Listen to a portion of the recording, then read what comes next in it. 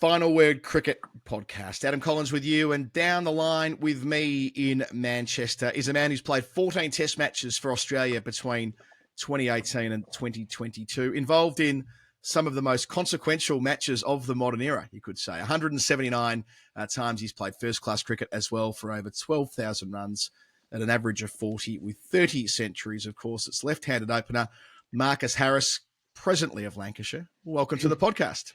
Thank you, mate. Thanks for having me on.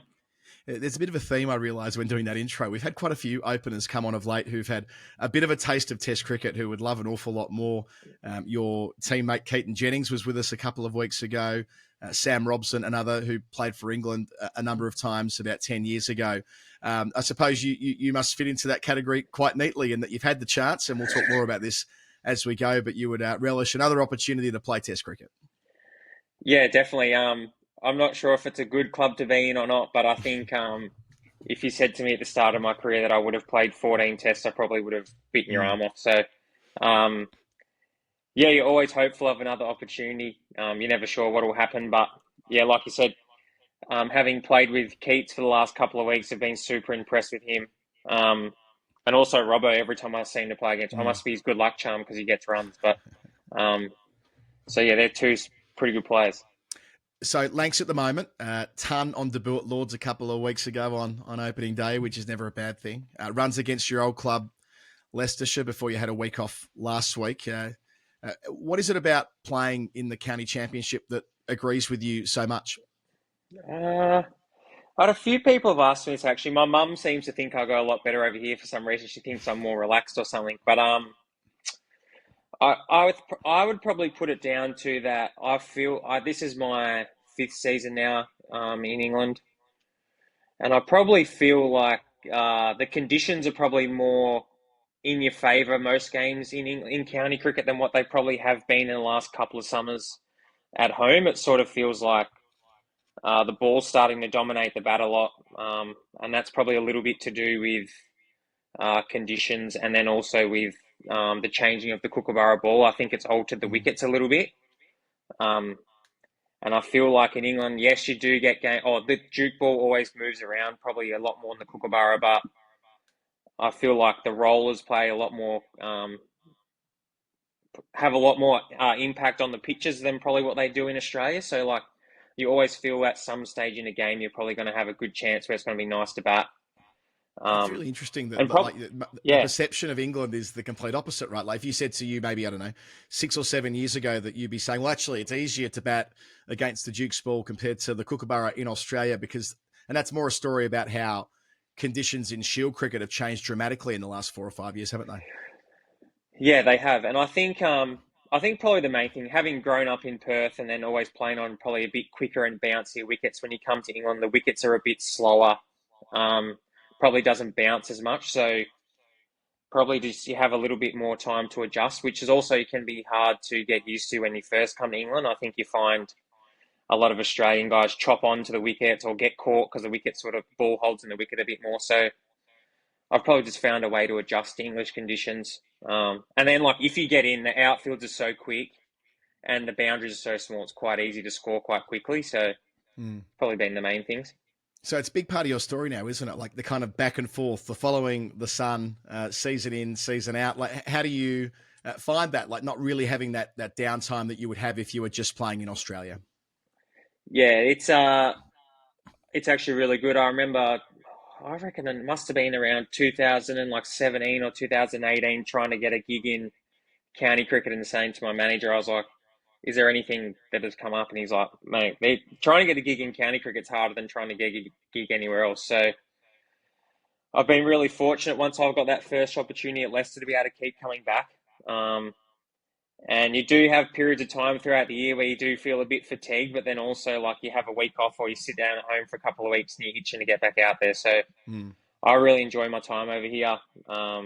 My wife enjoys being over here, and we had our son over here with us last year, and that was really great. Just the opportunity to be able to travel and see some different places as well, which we don't really get at home. So, yeah, we've been fortunate to probably play as much county cricket as I have. And it still is a bit of a finishing school, isn't it? Like people come here to play the best or the most varied red ball cricket in the world and getting the chance to play with it against various people. That doesn't really happen in Shield cricket because there's very few overseas players. Like, for instance, the fact that you'll at some point this season share a dressing room with Jimmy Anderson. I'm not sure when Jimmy's set to return to Lancs, but like this is something that you will do this year, which if you don't play county cricket, you don't get to do. Yeah, just the opportunity to be around all different people. And like you said, to have Jimmy's been around a lot, trying to prepare himself and get ready to play. Hopefully he's not too far away. But just have the opportunity to meet those sort of guys and then play against all different players and actually see the game be played in a different way to how we just played at home. And I think respecting that there's different ways to play the game, it doesn't mean you're wrong or right. I think has been a betterment to my game as well. Just seeing how the game can be played differently. So let's go back, as we tend to do in these interviews, to sort of you as a little boy growing up in Perth. I know JL used to talk about you at Scarborough as a little boy all the time when you were playing under him as coach. Every time we did a press conference with JL, he seemingly would talk about that. But I guess your early memories of growing up as a kid, the extent to which your family were involved in that, and how you were brought up on the game. Well, I think I was probably like most Aussie kids, where it was cricket in the summer and footy in the winter. And then, initially I didn't actually play. I think it was called Milo cricket back then. Dad actually got me to play T-ball, so I played T-ball up until I was about 10. Well, he seemed to think the theory was that it was good for my hand-eye coordination. I'm not sure if that was any planning on it, was just what I was doing. But we used to play a lot at school in lunchtime, and we used to play like a short pitch, so everyone felt like they were bowling really quick, and I think that probably helped me a little bit. And then it sort of just went from there. Yeah, I remember Dad coached a suburban turf team in Perth when I was probably 11 or 12 or 13. So that was really great growing up around that sort of environment as a young bloke. And then, I was lucky and fortunate enough. I was supposed to be going to a private school for high school, and then Dad said to me, he goes, "Oh, there's this cricket school in Vic Park called Kent Street. One of my mates, Dave Tomlin, is the head coach there." He said, "Would you be interested in doing that?" I was like, "Yeah, bloody oath." So, it's pretty much been cricket 24/7 for me since I was about 12. So it's been pretty long. That's sort of dream come true stuff. As someone said to me, go to a school that specialises in cricket. Bloody hell, that would have been amazing. And kind of go to that idea of, whilst you're being schooled in the game officially at club level, you're getting to meet these guys that have done amazing things, and Langer's the most obvious there. What are your early memories of Justin Langer and the type of influence that he had on you? I know it'll vary through our conversation because, of course, you play under him at WA and, of course, for Australia. But when you go back to being a little kid, what it was like seeing someone like Justin Langer with like 27 Test hundreds strolling around the cricket club. Well, I always idolised him just because I was left-handed and small. So, so I was sort of always looked up to him a bit. And then I think to be at the same club as him, you'd never underestimate the impact that he had on all. Or if you speak to anyone from our cricket club, they would all say the same thing. I think if you spoke to Marcus Stoinis or Andrew Tyre, any of those sort of guys, they would say all say the same thing. We always admire how hard he trained, how much he used to come. And then I think as you get older and you get to the stage of your life that where I'm at now is probably not too far away from where he was when he was playing, you'd appreciate how much time he put into it. I think my fondest memory of JL when I was young was the 2006-7 first grade final in Perth. And we were down watching at Claremont, and at Claremont's ground, Creswell has like this big bank around the side, and the bank was packed full of Scarborough blokes, and we were chasing, I think we were chasing like 320 or something like that. I might get the scores a bit wrong, but we were 1 or 2 for 270 or 280, and JL was about 160 or 160 not out. And then all of a sudden we were 9 for 300. And we were like, oh no.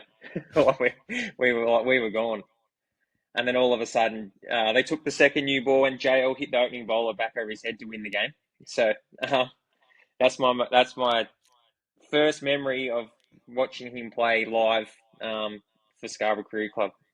How brilliant. And I mean, like, he would have been so proud of you as a 18-year-old getting your first chance for WA. So rare for teenagers to get there and make an impact right away. You get 157 in one of your first matches, which is record breaking in its own way. For no one at that age had made 150 plus in Shield cricket for like 100 years or something ridiculous. So, I mean, this is a long way back in your career now. This is 2010, 2011. But again, that idea of you being of the Langer school, a left-handed opener, and walking out and immediately making an impression for the Sandgropers.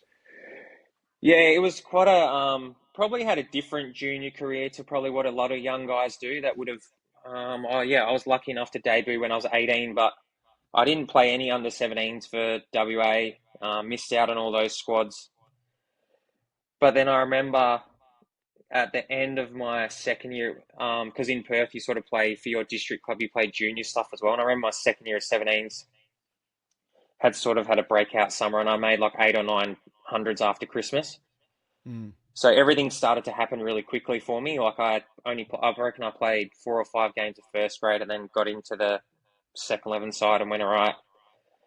So I went from sort of being in school, like hoping that I could be all right at cricket, to all of a sudden I was playing for WA, and I'm like, I still don't really know how I made that 150, but I just think that's one of those things that happens when you're young and naive and just, you don't have any scars and you just go about it and play what's in front of you.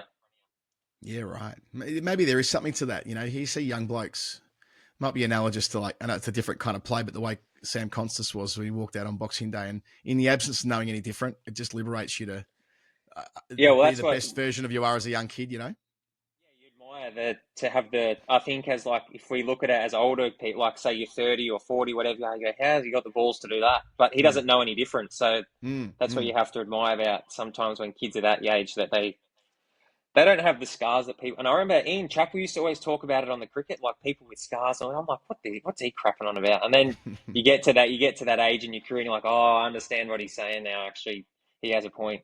Um, Mm. but yeah, I'll still remember it to this day. French cut over the stumps for 4 to bring up my 100. But yeah, I remember the feeling. It was one of the most amazing feelings I've ever had on a cricket field. It's a long time ago too, isn't it? Because you do it so young, and it isn't like a consistent journey for you. Langer once described it as flashes of brilliance, but not consistent.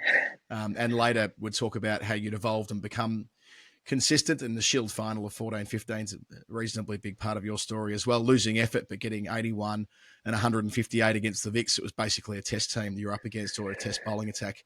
Anyway, so you demonstrated to Langer and to others that you had a high ceiling, but there was a piece of your game that you needed to find where you could be consistent and find a way to be a contributor on days when you weren't flying as well. Yeah, I think I probably didn't realize it at the time, but the impact that JL had on me. Because my first coach at WA was actually Mickey Arthur, and Mm. then Mickey was great, lovely guy. But he didn't really ride me too hard or anything like that, which I had no issues with. And then Mickey got the Australian job, and JL came in, and WA had been going through a bit of a interesting time. He had some interesting off-field things going on that we needed to um, get in front of. So JL came in and sort of turned the place around, and I sort of felt like I was one of his targets, and he rode me really hard. But I think once you get to the later in your career and you actually realise what he distilled in me, and just probably he's probably helped me become the player that I am now. Like, as in trying to be as good as I can be ruthless, make sure I always prepare as good as I can, try and leave no stone unturned. And at the time when he was making me run up hills or let me run through sand dunes and do all that sort of stuff, I thought, what is this fucking bloke trying to do? But I always sort of Yeah. had in the back of my mind that I'd never sort of show it to him and never think that he could break me. So, and I probably didn't agree with him at the time, but I think looking at it now as an older, probably wiser head, I'd probably owe him a lot. It's funny you go back to. I've heard others talk about the sand dunes and like really going out of his way to almost break you as a group, to remold you afterwards, or some version of that. With these, have you ever gone through anything quite like that, inside or outside of cricket? The fitness regime that Langer brought upon the WA team when he walked in. No, not physically like that. That was, and I think like you look at all the success that WA have had over the last however long, 5 or 6 years. That is all our generation of guys that came through with JL. And at the time, I don't think one of us was enjoying any of what we were doing, but I think you see the benefit of it down the track. Mm. But yeah, those pre-seasons in the winter, like they were hell. Like I couldn't believe how much we would. Well, we didn't know any different, so we just did it. But now when you get older and you sort of see what the boys do now, it's a bit different. So it must have taken a lot to leave. I kind of thought about this when preparing for the interview, right? You look at your career, the Langer factor, which has come up a lot already. You're part of that dressing room. Yeah, sure, you may not be making bulk runs, but still to move across the country, to leave your family, I think that's underestimated sometimes when people move states, just what a big thing that is for a young person to do. Did you just feel ultimately that you required that change to move your game along, or what was the other thinking behind that? Well, the thinking was that I was into I played 6 seasons at WA, Mm, and I think I probably played 40 games, and it sort of felt like the same pattern was happening every season. I'd sort of go all right, start in the team, and then go out of the team, in and out, in and out. And it was the same sort of pattern of behaviour was happening. And I had my own personal coach at the time, a guy called Rich Daly. He played at Scarborough with JL, so he knew JL really well. And he'd been on to me a little bit for about, I reckon, 4 or 5, maybe 6 months. He's like, mate, I think you need to go somewhere different, just to not so much any issues with anyone at WA, but I think you need to get away from Perth, mm. um, and just get out of the bubble of what you've been so used to. And when he first said, I was like, no way, I'm not leaving, because I didn't know anyone anywhere else. All my family's in Perth. We all live there. And then I started in the Shield team, and I got left out after a couple of games. I was like, you know what? Maybe Rich is right. Like I might need to look for another opportunity somewhere. So I remember speaking to my manager, and luckily my manager was really good mates with Andrew Lynch and Sean Graff, who were the bosses at Cricket Victoria, and that opportunity came up. So and I remember talking to my dad about it, and Dad sort of said, you can either keep spinning your wheels here and you sort of get to, you might play another couple of years and your career's done, or you can go and have a crack and play in Melbourne for a few years, and if it doesn't work out, then you can just come home and everything's fine. And I was like, Mm. yeah, like I want to have a good crack at playing cricket. I always believed in myself that I'd be good enough to get to a certain level, but I just couldn't quite get to the point where I wanted to get. So I was like, you know what, I'll have a crack at this Victorian thing and see where it leads. Did you notice a massive change or even a minor change in the way the two dressing rooms were? Because I think from the outside looking in, high performance environment, you're all on the on the treadmill of high performance from a really young age. You would imagine that these dressing rooms are quite similar, but you hear stories of the Victorian dressing room before you got there where it was pretty bloody brutal. And your WA dressing room when you were a kid coming through, well, that had an extraordinary reputation as well for other things. How did you find the change from one to another when getting to Victoria? Yeah, I think probably the main difference was when I left WA, the group was quite young, besides probably Vogsy, Maxi Klinger, and Sean Marsh. It was a pretty young group, so like it sort of felt like it feels a little bit like the Victorian team now, where sort of the younger Mm. guys ruled the roost a little bit, and you had the older boys in there. But um, whereas I went to Victoria and I was aware of the reputation of the place, um, and yeah, it was completely different to what I'd had at WA. But I was like, this place actually really suits my personality. Like Mm. even just little things, like we were always really careful to always talk about what we'd done on the weekends in WA. Like we all went out, but we'd never say anything or mention we had a few beers or whatever. I got to Melbourne, and the boys were in there talking with the physios and the coaches and like about everything that's going on. And like I was like, oh, this is a bit different. But um, I think the personalities that were in that group, I was really fortunate to come into at Victoria. I think like Cameron White, Matthew Wade, like young Scotty Boland, Finchy, Johnny Holland, Travis Dean, like just they were all guys, and I really admired the way that Wadey went about it and the way that Cameron White went about it. Um, and I just think I learnt so much through just playing with them and watching how they went about it, that I think it sort of fast tracked probably like my ability as a cricketer. I learnt so much from those guys, and it just helped me in developing. But I think probably the main thing that helped me so much from moving there was actually living by myself and actually having to think for myself and look after myself.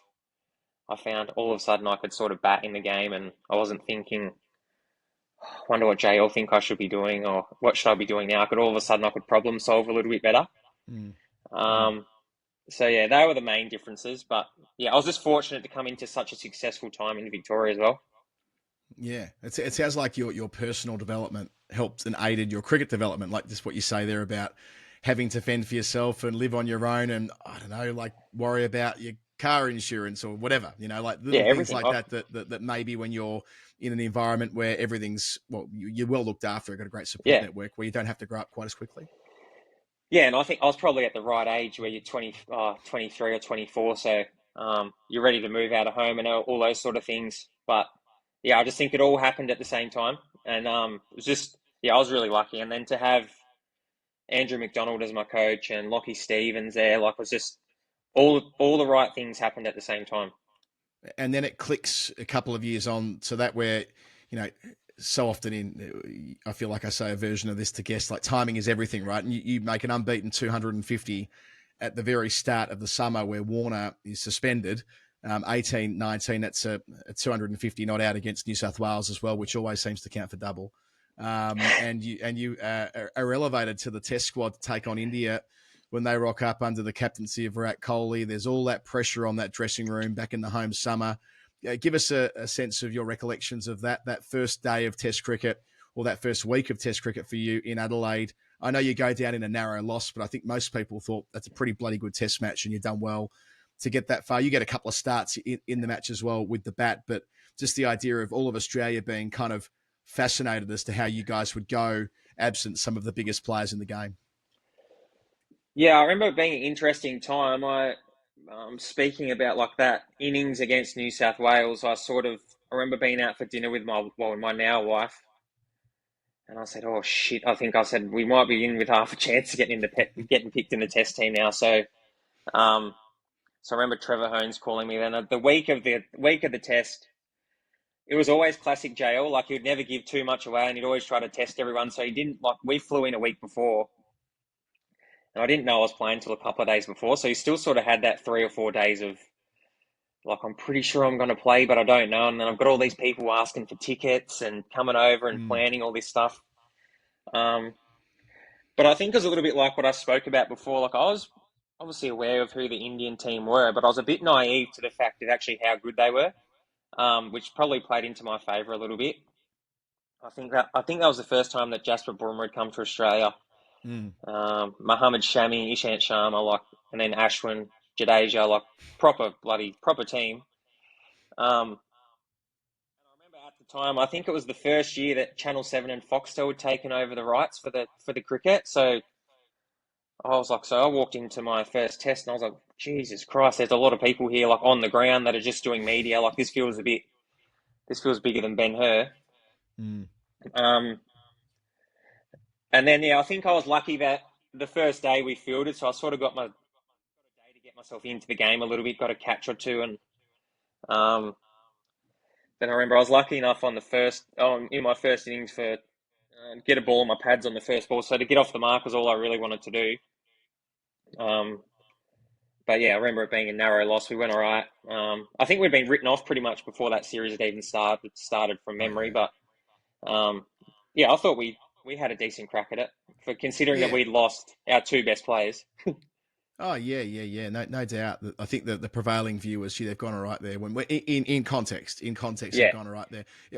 That pressure that, and we'll go into the series in a bit of depth in a sec, but just the idea of being out there, boyhood dream, walking out to open the batting with us for Australia. You got the coat of arms on your helmet and so on, and is that, is it almost paralyzing? How much work do you need to do to be able to actually go out there and act naturally when everything you've ever wanted? And it's happened pretty quickly, right? Like, before the yeah. 250 knot, you probably weren't on the radar. Then you're suddenly in the team. How those moments transpire, and trying to maintain something resembling normality when your heart's going at a million beats a minute. Yeah, well, I think it's like a lot of the times it's easy to dream, but then when it actually becomes reality, you're like, oh shit, I've actually got to now try and perform, Mm. and I'm in the middle of my dream, but it's actually reality. So that was the first thing. I think having Mike Hussey presented me my hat was probably a little bit of a nerve settler because he presented me my hat for WA. I'd play with him a lot, so like to have a familiar face around, and then to have JL there was probably a really good thing because I had a coach that I felt comfortable with. So that really helped. And I think also opening the batting with Finchy was sort of good as well because I'd play with him at Victoria. And it was my first test, but I was almost a senior partner because I don't think he'd ever opened the batting before. So I was sort of like, righty, I've got to try and sort of help Finchy along as well a little bit here. But I think looking back at it, it was a bit like I said, I had no scars or anything from test cricket at that stage. So I was like, well, righty, I'll just go out there and get on with it. Mm. And I remember my first four, I went to hit a cut shot and off boomer and it sort of hit my bat before I'd moved. I was like, oh, this is a bit quicker than what I'm used to. So I remember that. But once you get out there, you sort of just get on with it, and it's a game, and you don't realise all the hoopla around it until you get back off the field after the day's playing. You look at your phone again, and you're like got a million messages on your phone. But yeah, it's all a bit of a blur, to be honest. It all goes pretty quickly, especially your first day, couple of days of Test cricket. And it is all in context because it was such a tough summer for the Aussie team in all sorts of ways, right? But you have a pretty good series. You're only dismissed under 20 once. There's a couple of 50s there. You bat really nicely on day one at Perth in front of your family. And then you make 79 at the SCG, what proved to be a drawn match due to the rain. But Australia were largely dominated by India's batters, and you come out and have the resilience to go out and make 79 yourself. And we ended up gonging you as the young player of the year, I think, from memory, for the Australian Media Association. I remember you came up I to actually do did win the some dinner. award, yeah. Yeah, you came up and did the dinner. I remember that. Yeah. But like, I suppose what I'm trying to say is there was a perception at the end of those 4 Test matches is right. This guy's got what's required to neutralize the new ball, or see off the new ball, to get a bit of a start, to get going, and he looks like a Test cricketer. Like at that point in time, is that how you interpreted it as well? That you'd actually gone okay here, tough, steep learning curve, but things were broadly heading in the right direction?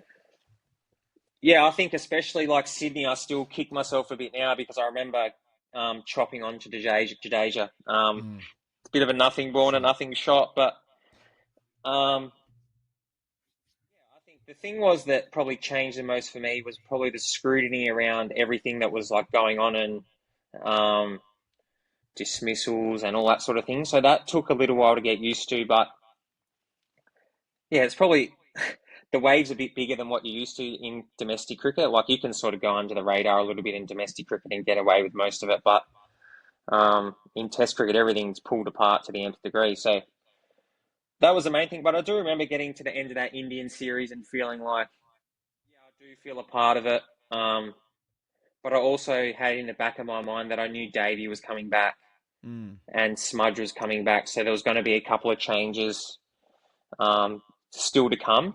And I think the one thing I found the most was how quickly like the narrative can change between like, yeah, this guy looks like he could be this. And then I remember we played the next test against Sri Lanka, the next series against Sri Lanka. Then all of a sudden feel like you're on the outer again. So I was like, oh, this is like there's a lot going on here that you're trying to deal with at the same time as trying to play the game.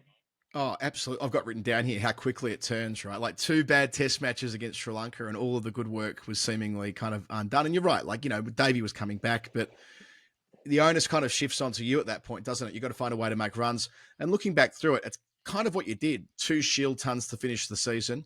You get one for Australia A in the tour that precedes the 2019 Ashes. I mean, I know Warner's looming, but still, like, it would have been a toss of the coin thing as to whether you actually retained your spot for that first Test match. I know in the end, you and Burns both get moved on and they bring Cameron Bancroft back, and there's that do-si-do, which becomes rather familiar to you, and we'll go through that in a sec as well. But, like, if the job was for you to go away and make runs at domestic level, you kind of did that. I mean, you would have expected you were a decent chance of playing in that first Test match. Yeah, I remember. I think that what I remember most about that summer was that that was my first, like I had become like the opening batter for the Renegades, and I really loved playing for the Renegades those 2016, 17, and 17, 18. And then so being picked in the Test side, I missed playing a few of those games. But then in between the Test series, I played a fair big chunk of BBL. Then I played the Test against Sri Lanka, then played more BBL. And that was when the BBL went for about 4 months, it felt like. Yeah. But But I remember having played a lot of cricket, and I got to the end of the BBL, and I was knackered. I was like, oh, geez, I feel really worn out here. And this is the way that Ronnie is, but he noticed it at the time, and he sort of said, go and have a week off before we start Shield cricket again.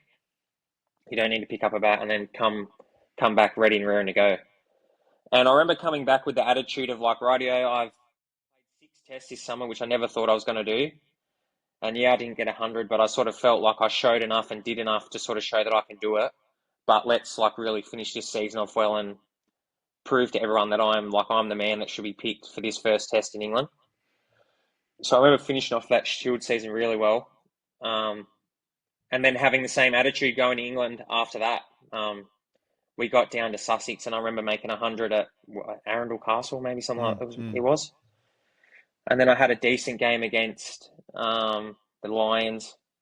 So I was like, yeah, I feel pretty good. Like I feel like I'm ready to be the first, bloke to face the first ball in that series. And then we had the infamous game down at Southampton where it was a tough, wasn't the greatest wicket in the world. And we had the bat off and the bowl off and the whatever off. So, yeah. And then not to be picked in that first test. I don't know if you've got any more questions, but I remember that being a bit like that sort of hit me a bit. I was like, fuck, I just sort of felt like I was just starting to go all right. And now I'm not playing. So, yeah, that was tough. It felt like so much hung on that bat off, right? Like Bancroft gets runs there and he kind of vaults over the top of all of you.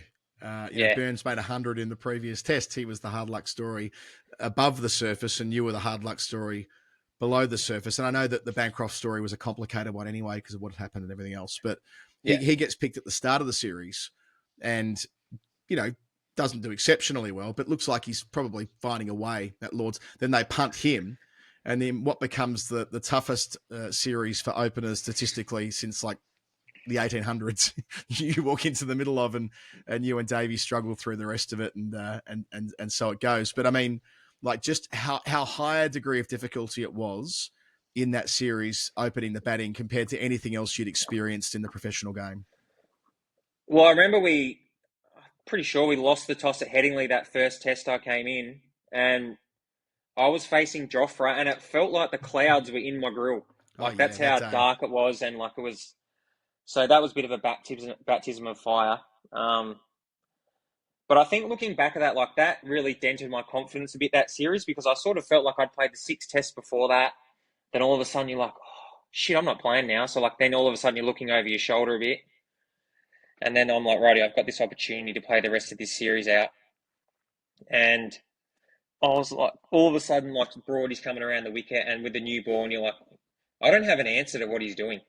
And neither does Davey. So I'm like, what? This is hard. And then I remember going to have a hit with Smudge, and I said, oh, you got any tips for me? He goes, yeah, just use your bat. I was like, oh, thanks, mate. I'm trying to. But, so, yeah, that was hard. That series was really tough. And then just to be, that's my first Ashes series, and then to be in England, English grounds are great. The atmosphere is unbelievable, but if you don't feel like you're going that well, it can sort of feel like you're drowning a little bit. I bet it does. And look, it's probably difficult for you to talk about to a certain extent because you lose the test match at Leeds, and it's such an intense experience for all of you guys out in the field, all those half chances that might or might have not. But with the benefit of, I guess, nearly 6 years hindsight, can you look back at that and go, fuck, I was part of the most ridiculous finish in test match history. I was there out in the middle, 30 metres away from Ben Stokes. I mean, it is such a staggering thing for you to have witnessed firsthand. Yeah, well, I think at the time you think the world's over after that test, but I think looking back, all of my test career, I think it makes me stronger and makes me the person I am now. But looking back at it and you're speaking about how you think you were feeling at the time, yeah, I dropped him at third man. I remember that, and I remember that feeling. And then we had the run out and then the LB and all those sort of things. And then, but I still, to this day, you can't take away from Stokes with that innings that he played. Some of the shots, I still think about it now, those ones that he was hitting out of the rough from Gaz, somehow hitting him over mid-off. You can't, I don't know how he's doing that.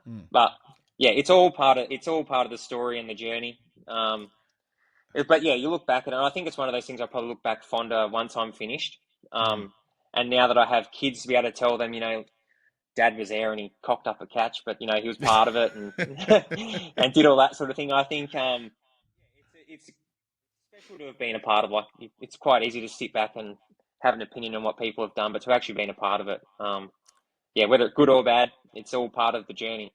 Do you have to, from time to time, and look, you say you dropped a catch, it's a bloody difficult chance, but do you occasionally have to see it back when there's highlight packages or whatnot, or have you been able to sort of carve that away? Oh, I just say I turned nothing into a half chance. So, it gets brought up a bit. It doesn't, like, it's not the end of the world. We've all dropped a catch or whatever, and you get on with it. But like I said, I remember after the day's play, I thought the world was over. But I think I'm good mates with him and Gazza. I think Gazza probably felt worse than me. So, but like you said, people get it. Like, it's part of professional sport. Do you think that there's part of the fact that series was observed at such close quarters by the Amazon documentary crew? I know they went like in your face, and a lot of it was done by Doc and like at the time, but still, like the idea that like what you were doing there was so well watched and rewatched and so on Amazon that people have a bit of an opinion about that dressing room that you walked into in 18 and 19, don't they? Like that is, people feel like they know you guys quite well. Yeah, I think the thing with the documentary is like they're always edited a bit, so like they're not. Yes, it tells a story, but I don't think it always tells the whole story or the whole truth. And you're sort of, as the public, you're only seeing what people have approved for you to see. So it does tell a bit of it, but it probably doesn't tell all of it. But I think to the credit to that group, and probably goes to Paney, and to JL, that they knocked that situation on the head straight away. It wasn't like a thing that we let fester for the next test at Old Trafford, and I will bring it up just before like the day's play. Like, we dealt with that straight away, and then we went to Old Trafford and won. So, as much as it was tough that day at Leeds, the day at Lords when we were jumping all over, the day at Old Trafford when we were jumping all over Tony Jones sort of made up for that. It's probably one of the more iconic images of the series when you on the Today Show, having presumably had a skinful by that point. Yeah, shouldn't have done that, but anyway. Still, it's good colour. It was funny. At the end of it all, and I might get into this in a sec, actually, about you against the Red Bull in England. We'll come back via you getting home and getting dropped again, and it's this like rotating cast for a while there, isn't there? Like, you get dropped for Burns at that particular point. Warner stays in the side, of course. Then there's COVID straight after that. By now, you're kind of 28, maybe 29. Career could go the other way. Different people have different answers to this, but what did COVID represent to you? Because some people have said to me, best thing to ever happen because I got to just stop for 6 months. Is that how you interpreted that, I guess, those months of 2020, or were you more just desperate to get back on the bike? Yeah, I think it was probably like a good period of time to stop and just reflect and think about it. And then I remember I had like this burning desire to get back out there. Like, I remember, especially in Melbourne, we could do bugger all. And we would be in the gym and we'd be going, rightio, we're going to here to play then, and we're going to do this quarantine, do that quarantine. And they go, no, this is changing. And you're like, fuck. And you're like, we're not going to play. And you forget about it those times, but that's what it felt like at that time. Then I remember sitting in hotel quarantine and all the other teams were playing besides us. And I was like, I just can't wait to get out there because you blokes don't know what's coming. And that's what it sort of felt like internally, and just had this burning desire to get back out there. So I think it was probably a good thing at the time. I was still looking back at it like, oh, actually wasn't that bad. You got to do nothing and not much really happened. But at the time, I think we all thought the world was over. We didn't know how we were going to get paid. No one was ever going to do anything ever again. But I think it was probably good just to sit back, reflect, think about how you can get better, try and improve. And that was a big thing for me with COVID. Was I remember getting out the back of that 2019 series and actually saying to Bucky Rogers became the coach of Victoria, and I said to Buck, I was like, what do you think I need to do? Like, obviously I've had this drama with people bowling around the wicket and getting dismissed. And he's like, well, this is what I think you should do, and we can try and work on it if you want. And I went about a bit of a technical change. And so the first game I got to try and see if it worked or not, I got 200. So I was like, rightio. well, let's get into that, because I mean, you're right. Like, first game back, you make 239. That massive stand with Will Pekowski when you are finally unleashed. With in layman's terms, What was the main technical adjustment you needed to make, or you felt you needed to make at the time? I think it was probably trying to be a little bit more side on than what I'd traditionally been. I'd sort of been growing up, always taught to sort of pick my hands up, and I was pretty like sort of front on sort of player. So it was trying to negate that a little bit and more the around the wicket stuff there, because at the time in before the 2019 Ashes, really people didn't bowl around the wicket that much. Mm. Now every man and his dog does it, but then it was all they did. So it was trying to find a way to negate that, and then actually trying to find a way to score. So that went through it. That went through a few different little tweaks. It sort of started one way, and then I remember getting out a certain way. I was like, oh, I can't. I've gone a bit too far the other way. So you end up landing somewhere in the middle. But yeah, that was the main thing, was trying to line up guys around the wicket a bit better than what I was. It's a bit of a diversion here, but I've mentioned Will Pekowski, and I mean, you end up getting back to the front of the queue. Weight of runs, you replace poor old Will, who hurts his shoulder in his test debut. He'd replaced Joe Burns, who was dropped, having replaced you. I mean, there's this merry-go-round, right? And you end Yeah. up, well, maybe musical chairs is the better analogy, and you're there when the music stops that time around. But just I guess the sadness that you and Will had a good thing going there, and that you went back together again. How you've interpreted that in recent months? Yeah, it's probably been ongoing since that. I was batting with him in Tassie when he last got hit by Riley. So, yeah, you don't ever want to see that happen to anyone. And then Will's had his struggles, and I know it must have been a tough 12, 18 months for him. But I assume now, probably having the finality of not having to worry about cricket anymore, that probably gives him a freedom to get away from it. Um, Cricket probably causes you a lot of bloody stress that you don't need, that you don't want in your life, and that might be one of the things that helps him a lot. So you can only wish him all the best. I think we all saw in that first test how good he looked, and then having batted with him a lot for Victoria, yeah, it's unfortunate, but I think we're lucky to have seen him and have had someone play like that. But yeah, like I couldn't imagine having my career ended so early like Will has. Mm. I reckon if I lined up everyone who worked on or commentated on the Brisbane Test of 2021, the India Test match in early 21, and they were asked to name the Aussie team, I reckon about 5 of them would remember that you played. That's nothing to do with you. It's to do with Yeah. the wild week that it was. Because, like as I said before, there was Burns, there was Pekowski, there was Wade who opened in that series as well at the very start. Yeah, it was and you all come in over the for shop. it was all over the shop. Let's Yeah. be blunt. And you Yeah. come in for the final Test match, and of course, again, like it was at Leeds in 2019, people will talk about Brisbane 2021, the India Test match, forever, owing to what happened through that test, and the fallout was fairly considerable. Like, it didn't quite feel like there was that kind of fallout in 19, but this time around there was so much scrutiny externally, but also internally, because people were briefing reporters as to what was going on in the dressing room. Over Langer and the intensity that Langer brought to the job, and you've already articulated that quite nicely today. But did you get a sense going back into the Aussie room, having been out of there for a while, that there had been a little subtle shift from the senior players in there, how they almost like graduated beyond what Langer had originally brought, and now they were already preparing themselves for something different? I think from memory, like that was the first COVID series that we ever had.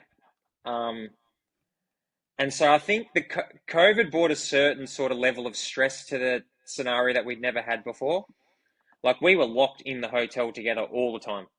So like boys or coaches, no one had any time to blow any steam off. So I think like it sort of gets those little phases where sometimes you just need a break from each other for a little bit, and we didn't get the chance to do that at all. And it would have been the same for both teams. And then I remember India had a lot of injuries, and they ended up beating us with a team that wasn't close to their first, or definitely their bowling attack anyway. It wasn't anywhere near their bowling attack they would have started the series with. I think in respects to JL, everyone sees him a little bit differently. Like, I know what he's like, so I know what to expect, and I don't take offense to him being intense or getting wound up. Like, I just know that's his character. But he's also the first bloke that I could ring and say, mate, I need some help with something, or this and that. Can we have a chat away from cricket? And he'll put his arm around me and look after me. I think what can be the challenge in an environment where it's like maybe like an international environment or a franchise environment is that not everyone's from the same state, not everyone has the same beliefs and all that sort of stuff. So people like things a certain way. And that's been spoken about to death about JL in the test environment. Like you said, I was bits and pieces, so I had no opinion on what was going on. I'm just sort of, right, yeah, this seems like something's going on here, but I'm going to stay out of it. Yeah. But yeah, it ended how it ended. But yeah, I remember it being an intense time. I think the most disappointing thing about that Brisbane test, was Gaz's 100th test. And we didn't get to give him the sort of celebration that we should have. I get the impression that you're very fond of Nath. That you've kind of mentioned it a few times now, like as in terms of Aussie teammates, that he was someone you were pretty close to. Yeah, our wives are really good friends, so Nice. we're in contact a lot. Obviously, he was at Lancs last year, so Yeah. all the boys, yeah, they've got some funny Gaz stories, but yeah, it's amazing that he's still going as good as he's going. Just for how good he is, and it's credit to him. But yeah, he's a good man, Gaz. Yeah, sure is.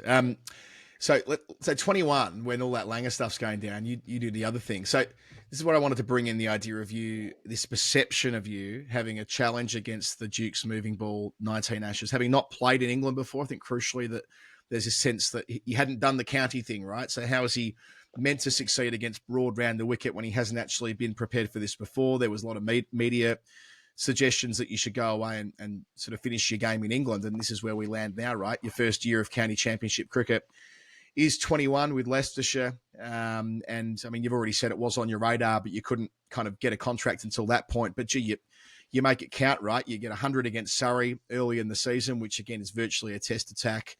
Then you chase 400 on the final day against Middlesex and get a massive ton batting there to knock them off and have an excellent season all round, averaging in the mid-50s. That must have been super satisfying, like going to England and starting to turn that story around. Yeah, I remember that whole experience. Like I said, that was 2021, so it's still COVID. And I remember being in Sydney for a Shield game, and I got a phone call from my manager saying, "Oh, Leicestershire are keen for you to come over, but they're still they're sort of like still in a version of lockdown until mid-April, so you're not going to be able to do much." And you won't be able to get there till the third game, maybe, because I think our season was running a bit later. And then he's like, "You're going to have to get an exemption to go. Your partner, Kat's not going to be able to go." So I'm like, oh, shit, like this is finally my chance to get to county cricket. And then I'm like, I don't really know if I want to do that. But then I spoke to Kat and she's like, you got to do it. So I was like, so it was a tough thing personally because it was going to be 4 months away from my fiance, wife now, but fiance at the time. But I was like, I have to do it because if I want to play for Australia, I think I need to play county cricket. And, I think if you look back at all the guys that have been the best test cricketers, they've all played county cricket. I know the landscape of cricket's probably changed a little bit in the last 5 or 6 years, but traditionally, the good red ball players would play at home and then play all winter in England. So I was sort of like, I want to do that. And then, I was lucky. I think that the best thing about that first season at Leicester was that there wasn't divisions. You were in groups. That's right. So you actually got to play against Surrey, who the Leicester boys would never really play against. Who are like Somerset were a good side. So we were playing against good teams. And the best thing was playing in different conditions. Like I think about that Middlesex game you were speaking about and the next game against Gloucester.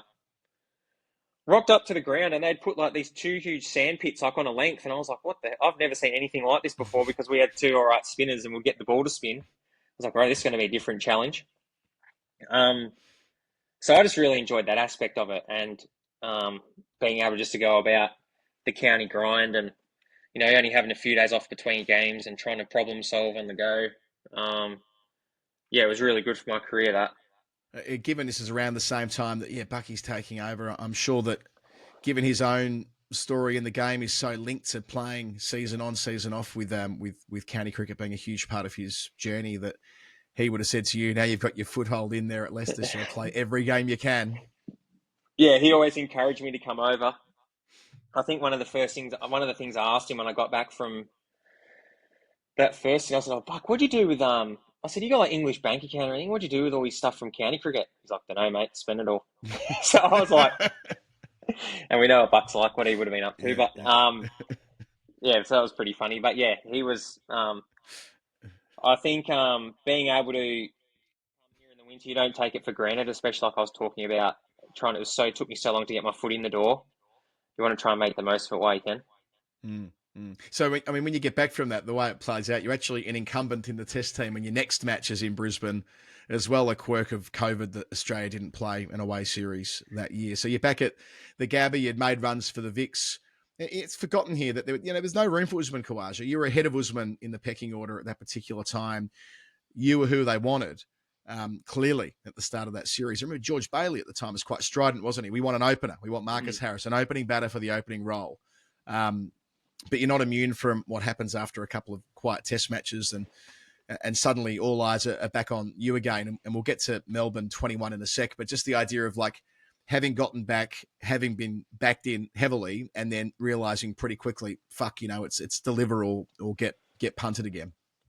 Yeah, well, I think the thing that probably led to me retaining my spot in that test team, I forgot all about that even now till you mentioned that, was actually playing in that winter because no one was playing. Not many people wanted to go to England and do quarantine and all that sort of thing. So I was mindful of before going over. I remember I must have said to my old man, I was like, if I get it right over in England, like this will really help me trying to get picked for the first test of the Ashes. So I remember having a good series, and then I got 100 in the first Shield game that season. But then yeah, we had to go and do quarantine up in the Sunshine Coast.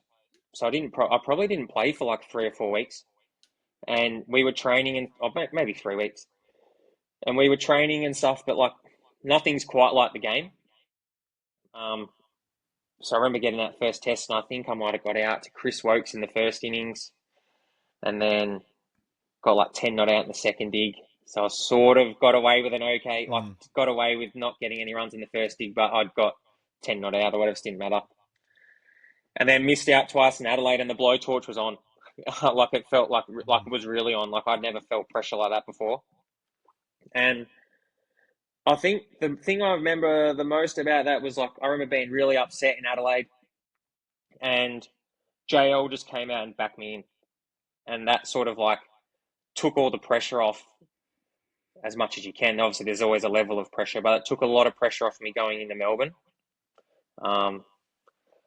But yeah, I remember that those first two tests of that series, I remember really feeling under the pump. But in the back of my mind, I was like, we've won the first two tests, so that might give me a look at the third test. It's funny, like 4 years earlier than that, the exact same thing happened to Pete Hanscom. So he'd had a terrific series in Bangladesh and gone okay in India, came back a couple of quietish test matches, and they punted him. Like that was it. They parted ways with Pete. Then they brought Marsh in for Perth, and the rest is kind of history there when it comes to Hanscom having limited opportunities since. With you, they back you in Melbourne. That plays out a bit differently. But I mean, let's just go to that. So a test match where nobody in the whole match reaches 50, apart from the 76 that you make, mostly against Jimmy Anderson, who was having the day of days when he picked up a fifer at the G and was just utterly unplayable. I mean, there must have been such satisfaction doing that on your home ground, but also one of the trickiest test pitches in modern memory, getting to the other end of that and making sure that you put Australia into such a good position. Little did we know that England would go and get rolled for 67, of course, and that made it look all the more impressive in hindsight that you'd reached 76 in those circumstances. Yeah, I reckon sometimes in your cricket career you can become a bit outcome focused, and you're like, oh, got to get 100 today or got to get 50 today. And I remember I got to that test in Melbourne, and I was like, right, I prepared well. I remember JL threw me JL and Diver threw me a million balls in Adelaide, and I'd actually felt like I'd got something working that I'd been trying to fix, just get my head coming down the wicket like you all left-handers try not to fall over.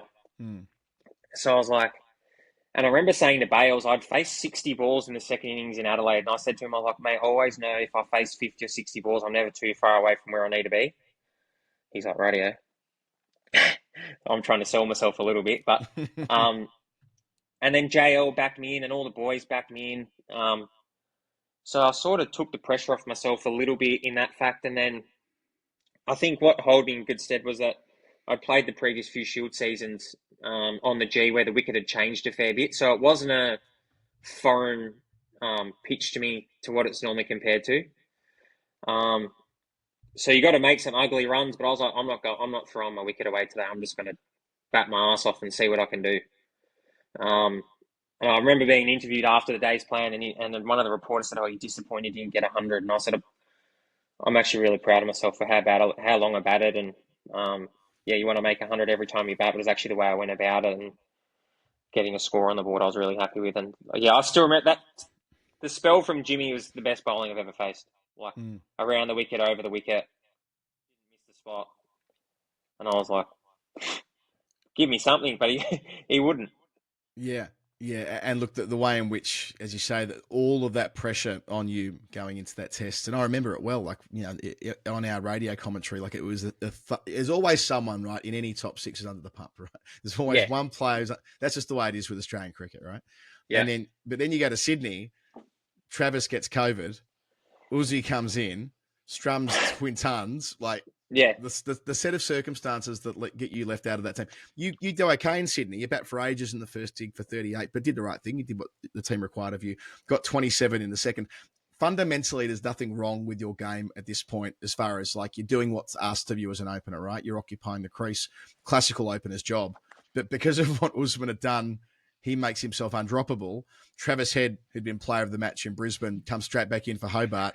He gets 100 there, player of the match again. I mean, that must have been, we talk about timing really suiting you at a couple of times earlier in your yeah. career. This is the polar opposite of that, where timing has fucked you completely. The whole week after the Boxing Day test was a shambles. So we had that game MCG on a huge high. You know, Mm. one of my good mates, Scotty Boland, going really well. Finally made some runs with the bat, and then me, my wife, Travis Head, and his wife go out for dinner for Hetty's birthday. And then Hetty gets COVID. So now I'm a close contact, Cat's a close contact. So I couldn't fly to Sydney with the team. So I had to stay in Melbourne and then had to drive to Sydney by myself. So I'm like, fucking hell already. And then Yeah. I actually felt like I batted really well that test. Mm. I think the second innings I got out to a wide pie from Jack Leach when I should have got at least got 50 or 60, you know. Um, but I didn't feel like I felt within myself like I was batting well and I felt like I belonged. So then that's the beauty of cricket. If you give someone else an opportunity to do really well, then that gets taken out of your hands and you can't. Woods gets 100 in both innings. So I remember after the test, we went down to Hobart and I was playing golf with Bales and I sort of knew what was coming. So we had a chat about it. And I actually said to him, I was like, mate, I said, I'm disappointed I'm not playing, but it's not like a disappointment where, you know, you've been playing poorly and you're like, shit, I don't feel like I'm good enough to play at this level and this might be my last ever go at it. I sort of felt like I'm actually playing all right. Someone else has done something so incredible that you can't leave them out. Mm. And at the time, I didn't know that was probably going to be my last test for a while, maybe ever. You never know. I was like, I'll be all right. Something will come up. But yeah, at the time, I was like, you know what? I feel like I'm actually playing all right. So I could sort of copped it on the chin a bit better than what I had before. Yeah. Yeah. No, I get that, but I mean, it must be so difficult, right? Trying to put myself into your shoe, like how difficult it must be, to take when, yeah, you've found yourself on the wrong side. I remember seeing you bat. You won't remember this, but I remember watching you net in Karachi. I want to say Karachi. Day before the Test match, you were having a hit, and it was an optional training, and you were having a hit anyway. And we came down, and you looked broke. You looked broken. You looked like that could easily have been you. You're getting to play in that series, but you go into this purgatory of being the spare batter. You know what I mean? Like that Yeah, anguish and uncertainty that follows, where seemingly for like the next 2 years, you were constantly the spare batter, which must be the toughest, sometimes the best spot to be in, but other times like that, the worst as well. And that period of your career when you'd done ostensibly nothing wrong at the end of that Ashes series, but found yourself wearing the fluorescent vest. yeah. I think what can make it hard as the spare batter is that if you're the spare batter, but you're an opening batter, and they only see you as an opening batter, is like your whole livelihood of playing in the Test team depends on how the two blokes at the top are going. So if they're Mm. going really well, you're not going to play. So I saw they're not going to drop Davey, and then Uz had made. Oh, he was on fire. Yeah. So I'm like, well, I'm not. I'm a million miles from playing here. So which can be hard to get your head around as a player. Like I'm on this tour, but I'm never going to play. Mm. But then also you're like, I love being in the test squad. I love being around the boys. Like, it's a great environment to be in. But deep down, you're like, I'm not playing, so I'm just here training. Pretty much spinning your Mm. wheels. So that Yeah. can sort of hit that reality can hit you sometimes. Oh, I can imagine it must just be like that, the desperation to get the chance. I mean, and then you have to go on the road again, right? Like, 2022, Gloucestershire, right? Leicestershire's finished, Gloucestershire's Yeah, next. You go there for a couple of years, and the vibe's similar, right? You're the rock they build around at the top of the list, and you get tons against, Division One tons. Yorkshire, this is obviously the year Gloucester's in top yeah, flight. Yorkshire, Surrey, Somerset, like proper hundreds against proper attacks. yeah. But yeah, like how did it feel? Kind of then where the previous year you were an incumbent in 21, in 22, and then later 23, you were outside the test team.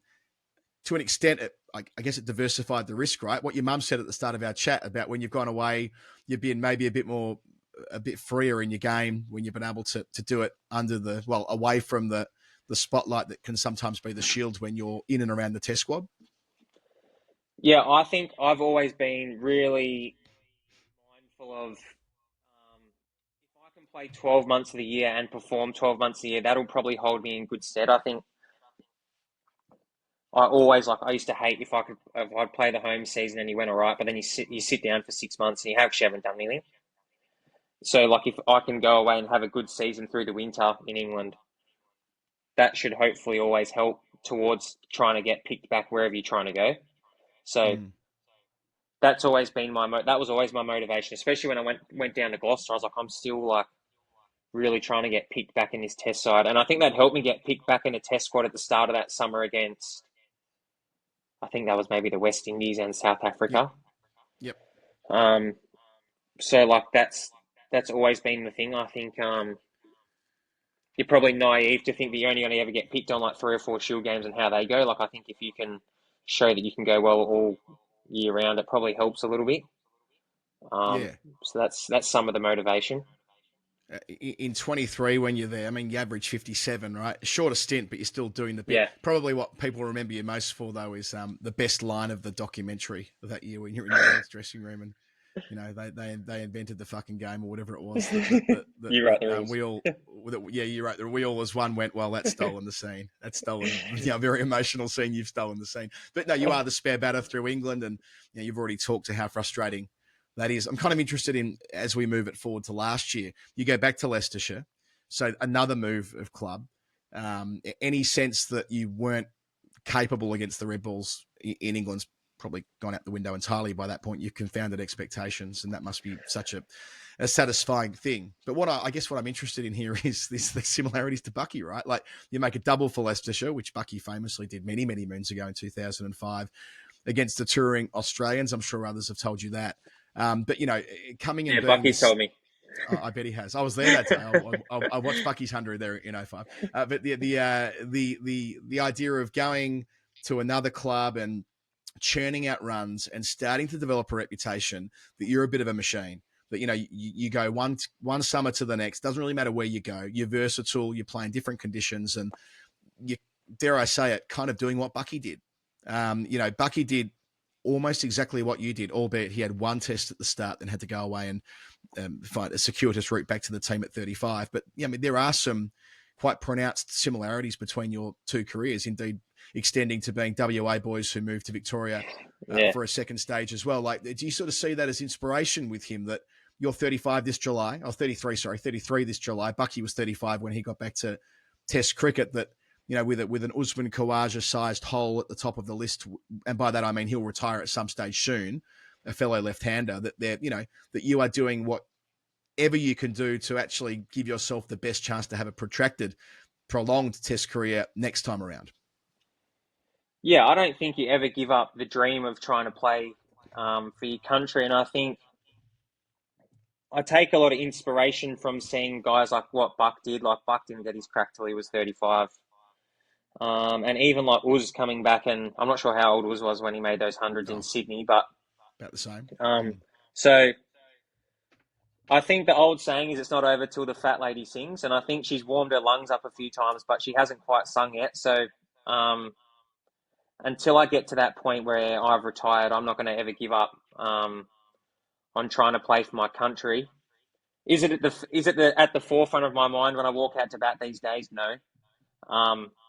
But like if I can string seasons together, and I probably haven't had the last 2 home summers that I would like, but I feel like I've improved as a player. I'm playing a different role now at Lancashire that I haven't played before, but I'm really relishing and really loving. So it's probably showing a bit more versatility than what I have before, and I think it's improving my game a lot. So if that opportunity comes up again, I think I'm ready for it.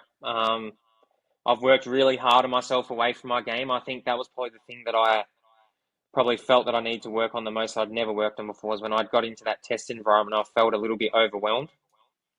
And that's been on all, I don't know how many times I've played in drips and drabs, but it would have been on 3 or 4 different occasions where I've had a crack at playing test cricket.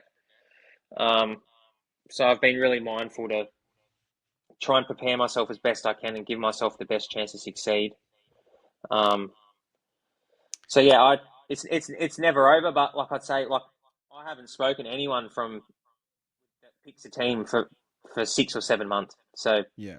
but that's the way that it is. But like I said, you never give up, and you take inspiration from blokes that have done it before. Yeah, it sounds like you've got that balance in your life, right? Like where you're kind of not riding the roller coaster of performance. If you make runs, you're happy. If you don't make runs, you think the whole world's closing in upon you, like it might have been. Like this is an interesting thing with cricketers that have been around the block a couple of times. They're mentally better equipped for the trials and tribulations of Test cricket. Like you'd almost certainly be better equipped now than when you started in 2018. Yeah, and having kids changes that, and having a family and having different priorities. I also think as well, if I was to ever play for Australia again, I probably wouldn't have the pressure on myself because I sort of know that it's the last time. So whether it goes good, bad, or indifferent, I'm aware of it could last for a little while, or it could be pretty brief, but I wouldn't have the pressure on myself of trying to prove myself again because I don't have to. Like I'd be there and I'm having a crack. So you sort of play with a little bit more freedom. Yeah.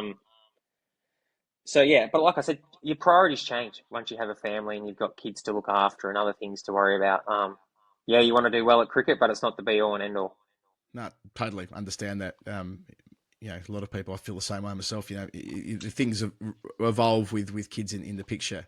Yeah, and thinking of younger people, like, where Warner was like obviously a senior partner in the Test team, and Khawaja has been a senior batter, 2 left-handers, and we've already talked about Chris Rogers a number of times. Like maybe the fact that Sam Constant's time is coming as a bullish. Maybe bullish, I don't know. It seems to change the way he bats day to day, but probably a more aggressive opening batter based on what we've seen for Australia so far. That even though, what did Langer describe you as earlier in your career, that you had moments of brilliance but weren't consistent. Well, maybe at the other end of your career, you could be the consistent rock, Khawaja-esque, and bat in a way that could be appropriate to have someone like Sam Constant down the other end. It might well be that you end up something of an odd couple that are so well placed together in a Test team. Yeah, you never know what the future holds. I think I'd probably and I remember JL, he called me mediocre with flashes of brilliance. And I still remember he did a press conference before I got picked for my first test, and he said he's become consistent with those moments of brilliance, and that's what makes a good player. So I've always tried to sort of keep that mindset as a cricketer. You want to walk out there and make 100 every game, but that's not reality of it. And sometimes it's actually trying to play a role. And I think if I look back to my Test career, I think I've probably put a lot of pressure on myself for an outcome rather than actually just trying to play my role sometimes.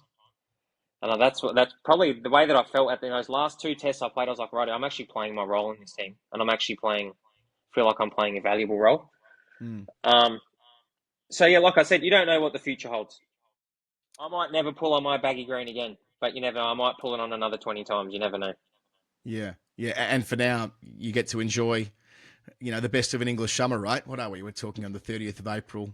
Plenty of championship cricket ahead of you. You're living in a really nice part of the world in Manchester, and get to enjoy all that goes in the county circuit. Living that day to day and continuing to kind of, be the best cricketer you can be. That must be so much fun. Yeah, it's great. This has sort of been a little bit of a different experience this time. My wife's 7 months pregnant, so she's not here with my son Max, so they're at home. So I'm playing this first block of 8 games, and then go home for a bit, and I'm back for the games in July to have our All second right. baby. So, but I think like I actually got a message from a guy in Melbourne. His name's Shannon Young. He owns cricket centre down there. He's a great bloke. And I ended up playing like a game. I played a couple of weekends for St Kilda when I probably should have had a break, but I was like, I probably owe it to these blokes. And I saw how much I mean to them about trying to win a final and club cricket. And he said to me, he's like, the cricket gods always look after you when you put cricket ahead of your family sometimes. So that's sort of been my sort of mindset while I've been over here. It's like, I'm just going to like just have a red hot crack at what I'm trying to do over here and know that we're sacrificing a lot as a family, but it's for a good reason.